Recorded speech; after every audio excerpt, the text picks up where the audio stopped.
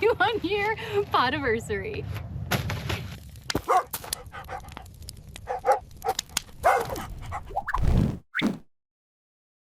Last night, we celebrated our official 1 year anniversary with a cozy New Year's Eve in the pod. And technically today we are starting off year 2, but I didn't want year 1 to go without some sort of a recap. Now, I'm not talking that this is where we went, this is what I did, my favorite campgrounds.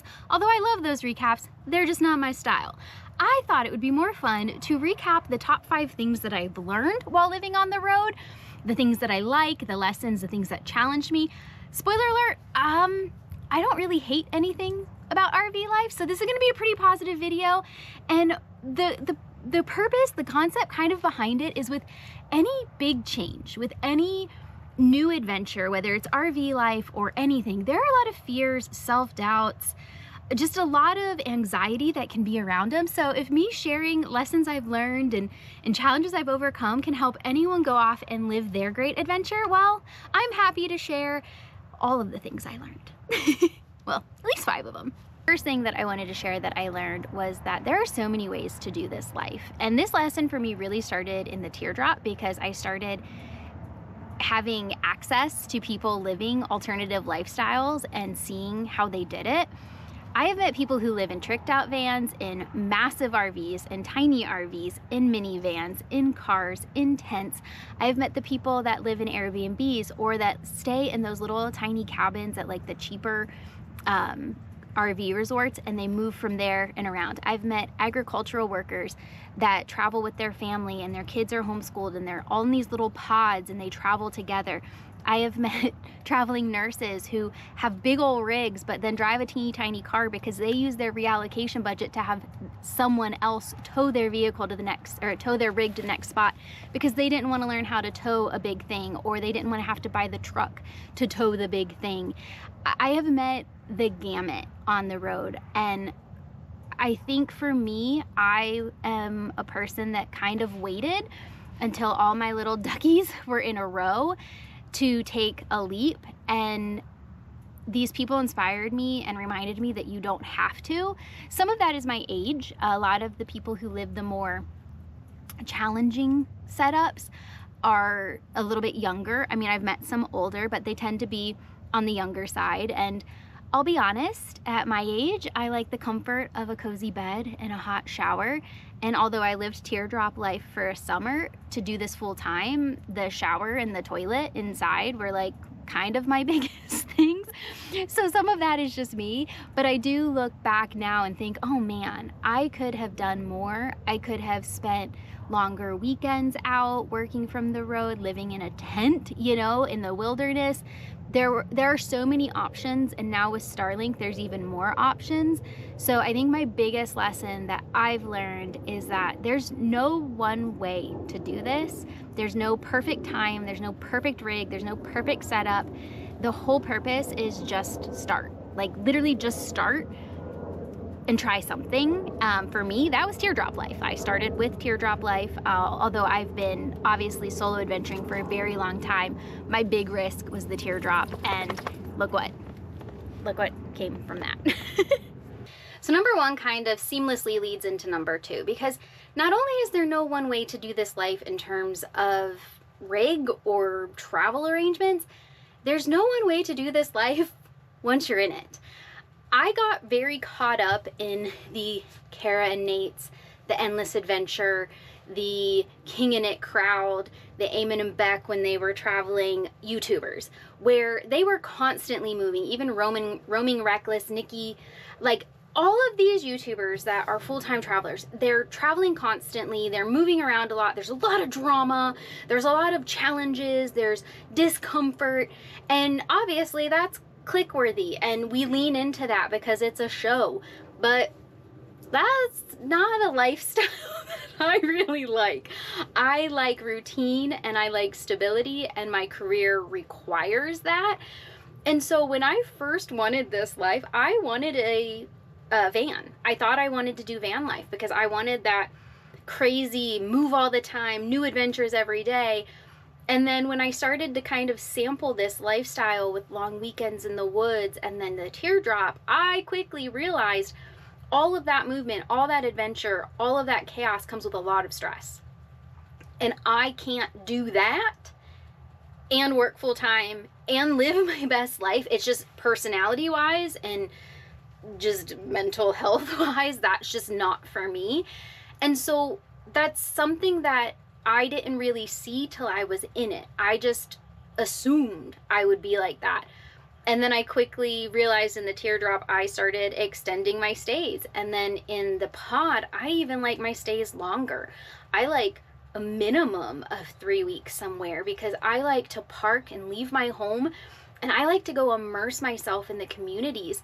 Part of why I wanted to do RV life wasn't because I wanted to see all the things. I've traveled extensively. I wanted to immerse myself in the places that I visited that I didn't get to stay in longer. Oops, bark break. But for me, this year especially, if everything lands the way I want it to land in 2026, I will stay in places that I have dreamed of staying in. I fell in love with the area of Cedar City, Utah years ago, only got to spend 5 days there. I want to immerse myself in the community, get to know it, get to know all the secret little gems and trails. So for me, slower, I never would have thought, based on the way I dreamed about this life, that I would be a slow roamer, but I am 1000% a slow roamer. And it really just, it lends to the fact that you can do this life however you want, both in rig, in length, in stay, and you have so many options and you can be so true to yourself. And it's also something that you can learn as you go. I didn't know this when I started. I moved around a lot at first, and then I got really stressed and quickly realized that I needed to shift. And that's the beauty about this life. Your home's on wheels, so you can shift and do the different things that you need to do. If you go to a place that you don't like, guess what? You can leave once your stay is up. There's just so many options and ways to do this life, and it's something that I learned and something that I just absolutely love. We're just in bed with the number 1 for number 3. My road life motto is, it is what it is. And that's because shit goes wrong a lot. Things break, plans don't work, things are more expensive than they should be. You don't like campgrounds, you don't like certain places. Groceries, you can't get what you want because the grocery store in the town is smaller than you're used to. Like, it is what it is. And every day, every move, something will go wrong. And this is true, honestly, in home life. I think it's just magnified in an RV, if that makes sense. But it is all figure outable. When I first moved into this rig, everything felt scary. Like, when it got backed into my driveway, I cried. Happy tears, but also petrifyingly scary tears, because this thing felt massive to me. I had trouble backing in a 4x9 teardrop. How the heck was I going to back in a 20-foot trailer? The bigger they are, the easier they are, by the way, for the most part. You get to a size that life just gets very challenging. But the control, let's just say it's the control. But now everything feels normal and I'm used to it. And the thing about road life is it builds a confidence in yourself that is unlike any other I've experienced. And the things I know I can do and figure out, like, I jokingly said the other day that I want to go to semi-truck driving school. Like, I would love to learn how to drive a semi-truck now. And that's something that would have petrified me. But, like, I know that I could figure it out. I could learn it. I could get comfortable with it. It's not something I'm planning on doing, but you get the drift that, like, your level of comfort just keeps expanding. And with that comfort comes this confidence. And I think the number 1 thing I was afraid of, like I mentioned, was backing this RV in. Because there's this, like, not unspoken, it's actually very spoken. There's this thing that, like, everybody watches you when you pull in. Like, if people are outside, they, like, legit stop and watch. And until I started doing it, I didn't realize that, like, we're not stopping in, like, a judgmental thing. It's just like we're watching the happenings of the neighborhood. 9 out of 10 times, I'm very impressed by you. And the 10th time, I just feel bad for you because you had a bad day.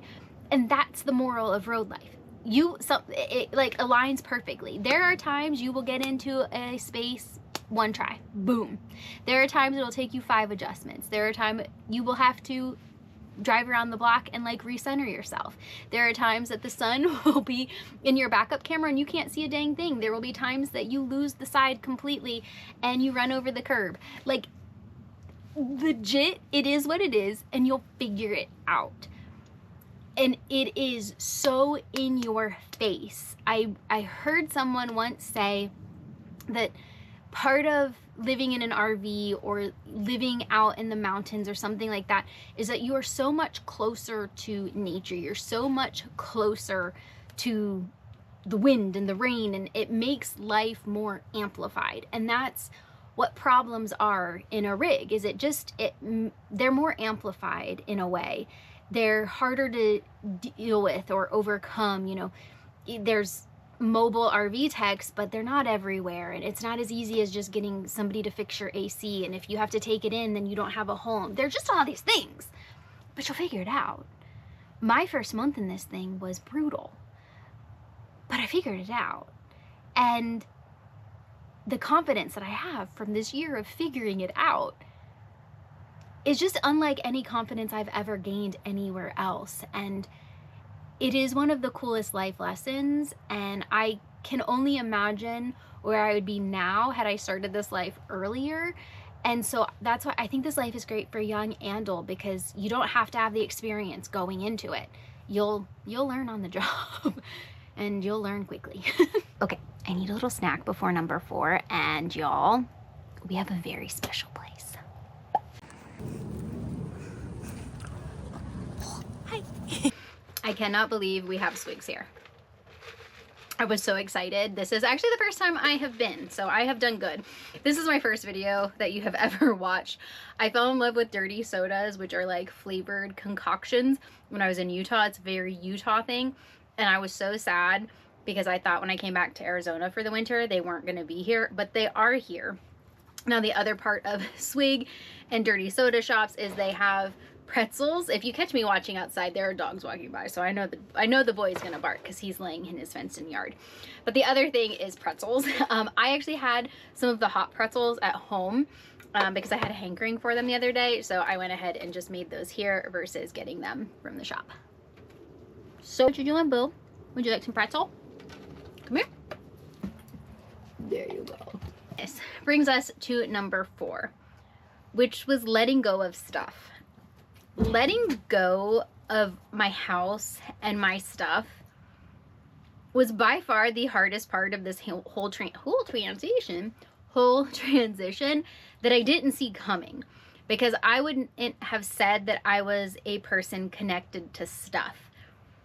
But what I think happened as I'm a year away from that big transition period is I was letting go of a version of myself, and that was the challenge. And I would be lying if I didn't say that I still had moments. I have always been the family member, the daughter that had the house, that had all the hosting stuff, that hosted, that opened her doors, that celebrated Christmas like Hallmark threw up in her house. I always had that like cozy sanctuary that people would stay at and come visit, and letting go of that and moving in full time to a place that I can't do those things in impacted me way more than I thought it was going to. And I always try to remember in the moments that I still struggle with, that you have chapters in your life. This version of me, I don't know how long I will get to live it. And so being fully immersed in it and being in the moment and not tied to old chapters is really important. I may go back to a chapter where I have a house and I host and I do all of those things, or I may not. This was my first Christmas not having a house to host, and I still was able to cook and do my hosty things at my parents' house, and I still got to have those fun moments. I got to decorate the pod. We're still decorated for Christmas. Christmas was just last week. Don't think it's like January 15th here. And I was still able to do those things in just a different way. But letting go of the stuff was such a transition for me. And it's so funny because I have a storage unit that I have honestly not much of a clue what's in those bins. The things that I cried about leaving behind, I truly have no idea. I will say the one thing that I consistently miss is my home gym. I had a very nice home gym. Lifting is a huge part of my identity and personality, and I don't know if personality is the right word, but you get what I'm saying.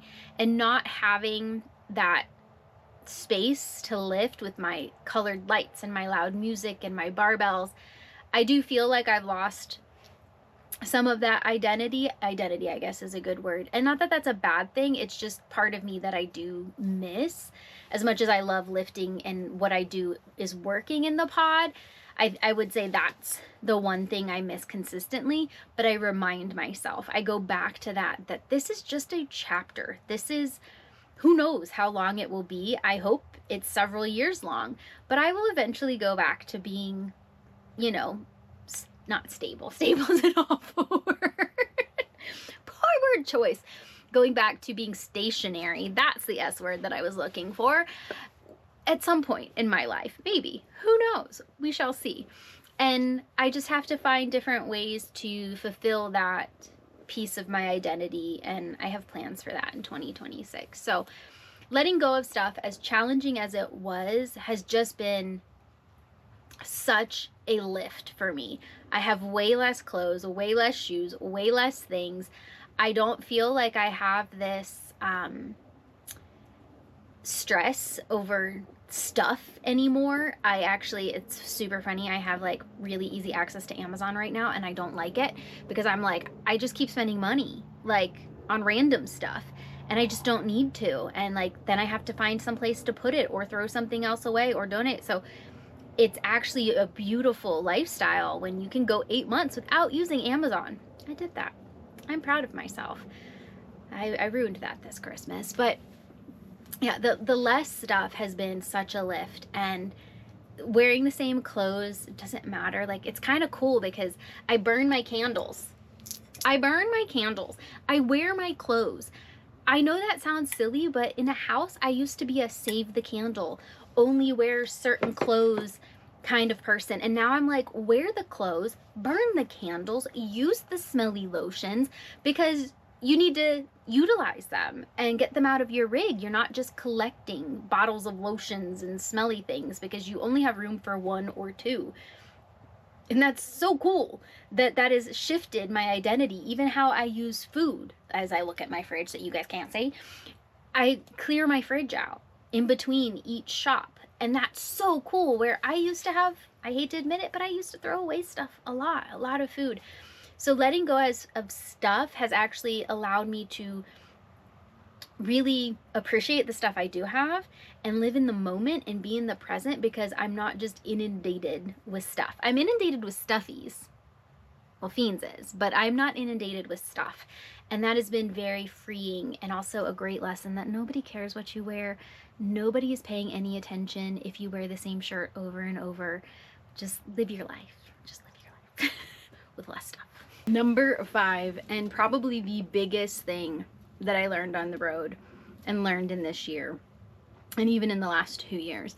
And this is something that I wish it wouldn't have taken me quite as long to navigate, and something that I really wanted to share because I think it is one of the biggest challenges when you choose to live an alternative lifestyle. And that is the noise. Everyone will have opinions. Everyone. I know my life is a little bit different because I put it on YouTube and I open myself up to a lot of opinions. But even if you don't have a YouTube, everybody will have opinions of what you're doing. There will be people that have never experienced RV life or known anybody who's done RV life, so they will be totally against it. There will be people that think you can't work while living on the road. There will be people that think it's a waste of money. There will be so many opinions. And learning to trust yourself and to drown out that noise was the hardest lesson for me. And the biggest takeaway that I got was people aren't having opinions with the intent to hurt you. They are just lacking context. Everyone's opinion is based on their own context. So I got a lot of opinions about my rig. A lot of opinions. And as I look back now, they had very different context. The people that said I needed to get an off-road rig, they like off-roading. They like being on BLM land. They want a rig that can do that. I knew that BLM land for me does not work for my mental health. I like being alone. I do not like being isolated.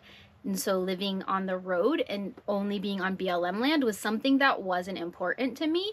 So having a rig that couldn't go off-road, cool, beans.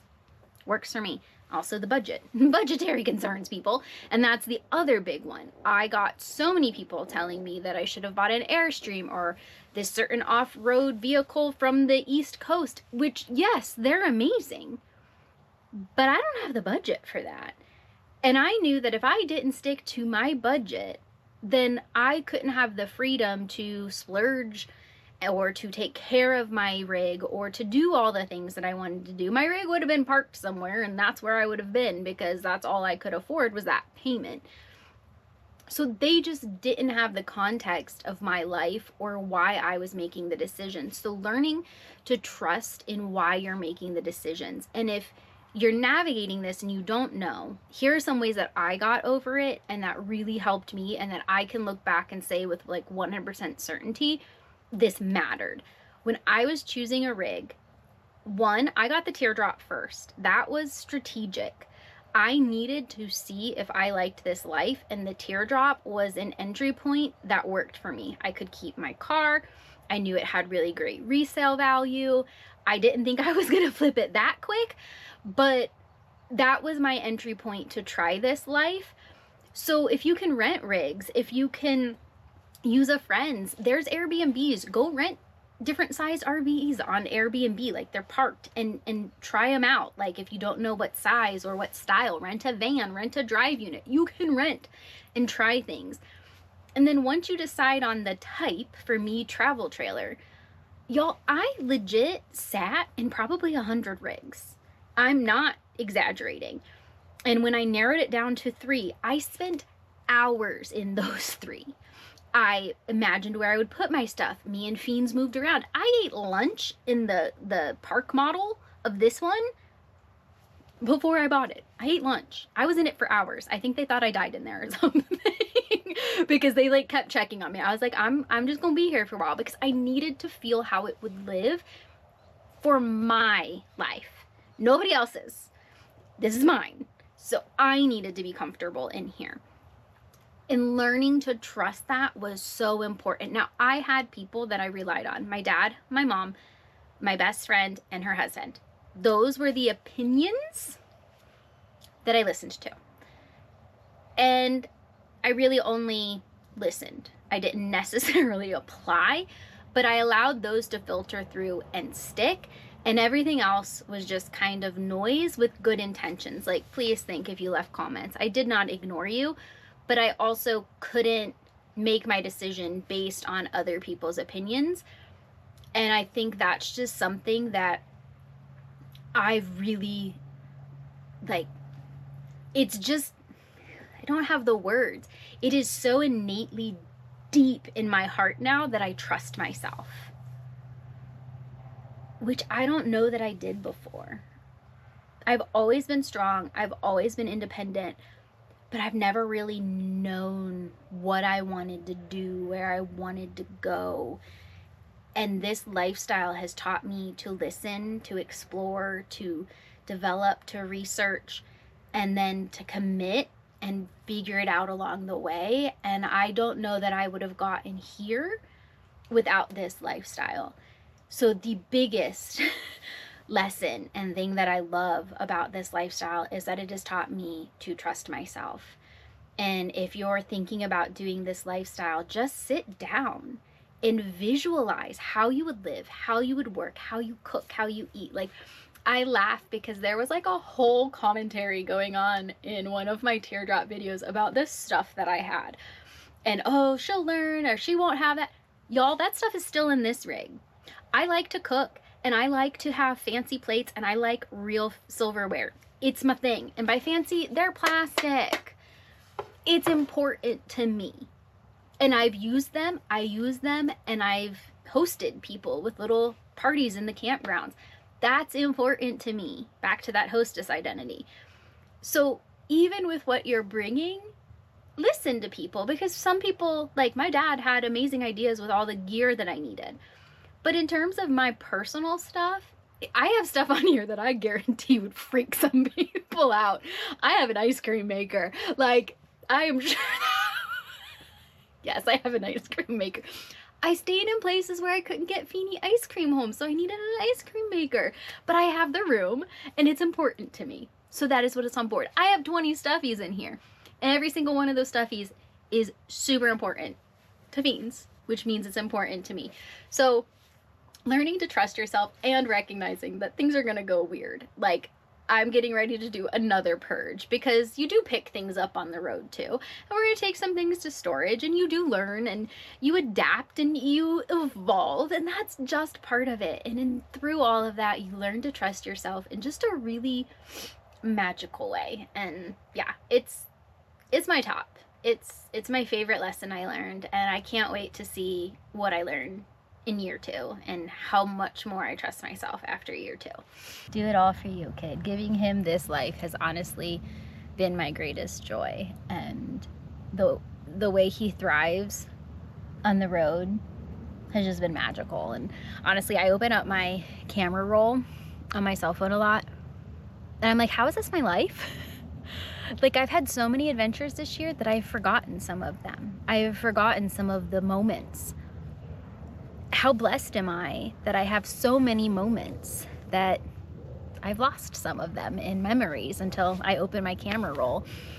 And that kind of leads me to next year, or this year, 2026, and the moments that we have planned or hope. I always like to do a planning session with, I don't know why I just did this, but I like to say, with a good old dose of Lord willing, this year will look a little bit different, in a good way. I won't know for a few weeks still if our wanted plans for the summer are going to pan out. I'm just waiting on a host to let me know if he's cool with my plan. He just wanted to get a little bit closer to when I would arrive before making that decision. And so I will let you know once I know. I'm very excited if what I want to do works out. I'm very, very happy. But for videos, it's going to look a little bit different. It probably felt a little jarring to go from Moab to January. Oops.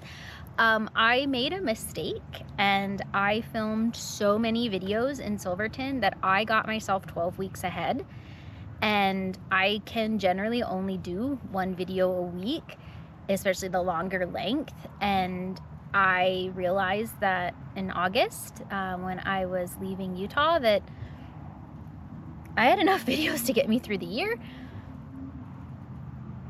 And these are my memories and my stories, and one of the reasons that I do YouTube is not only to bring y'all along and to build this community, but I want to look at these videos when I'm 80, and I want to watch our stories. So like, throwing away memories and not making the videos just didn't feel right to me. So I just decided not to film, which I didn't like either, but it was the lesser of two evils, I guess. So we had so many adventures, and we did so many things between the end of August and January. So my plan for next year is to only be a few weeks ahead. I have to be a few weeks ahead because of my job. I have to have videos in the vault and ready to go, but only 3-4 weeks ahead, so that I am just closer to real time and can switch and film something different. You guys visited a lot of mines with me this year. Sorry, but it is my hobby. But I know I like inundated y'all with mines.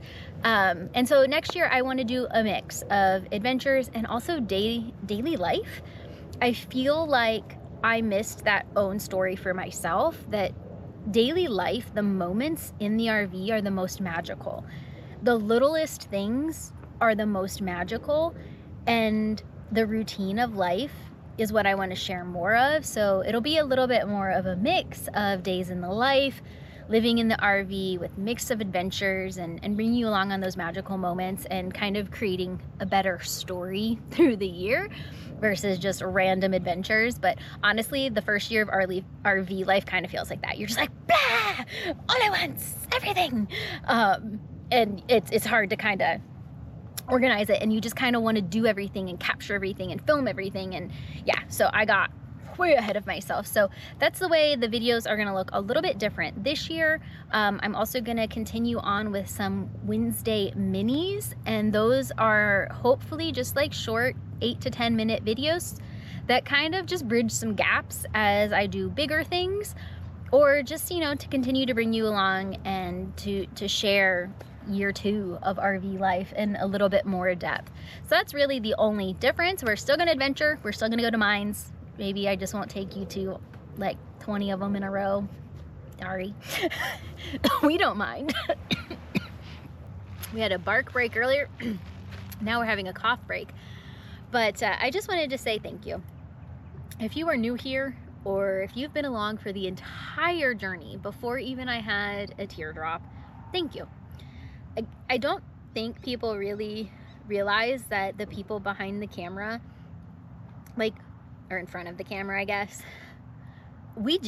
I seriously do a happy dance for every comment, kind comment, like, subscribe. You have no idea. Like, I legit say thank you in your handle out loud. I try to respond to everything. It means so much to me that you are part of our life and that you love him, and that I get to share him with you and bring you along.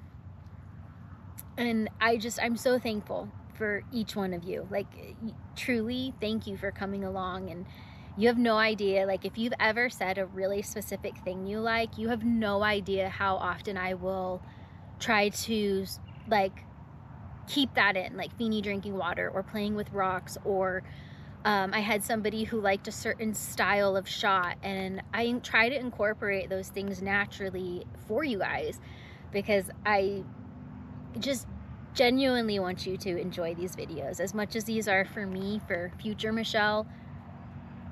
There's so much for you guys, because I have been a YouTube obsessed watcher for years, and I think of the people that inspired me to go live this life, or just helped me feel seen, or just took me to places that I've never imagined I could go. And I try to recreate a little bit of that in my tiny little slice of YouTube. So thank you. I look forward to bringing you along in 2026, and we will see you next Sunday.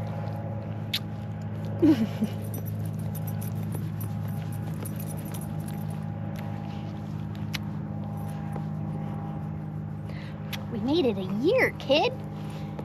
And Stuffs has made it 2 full years on the road. That's an impressive squishmallow.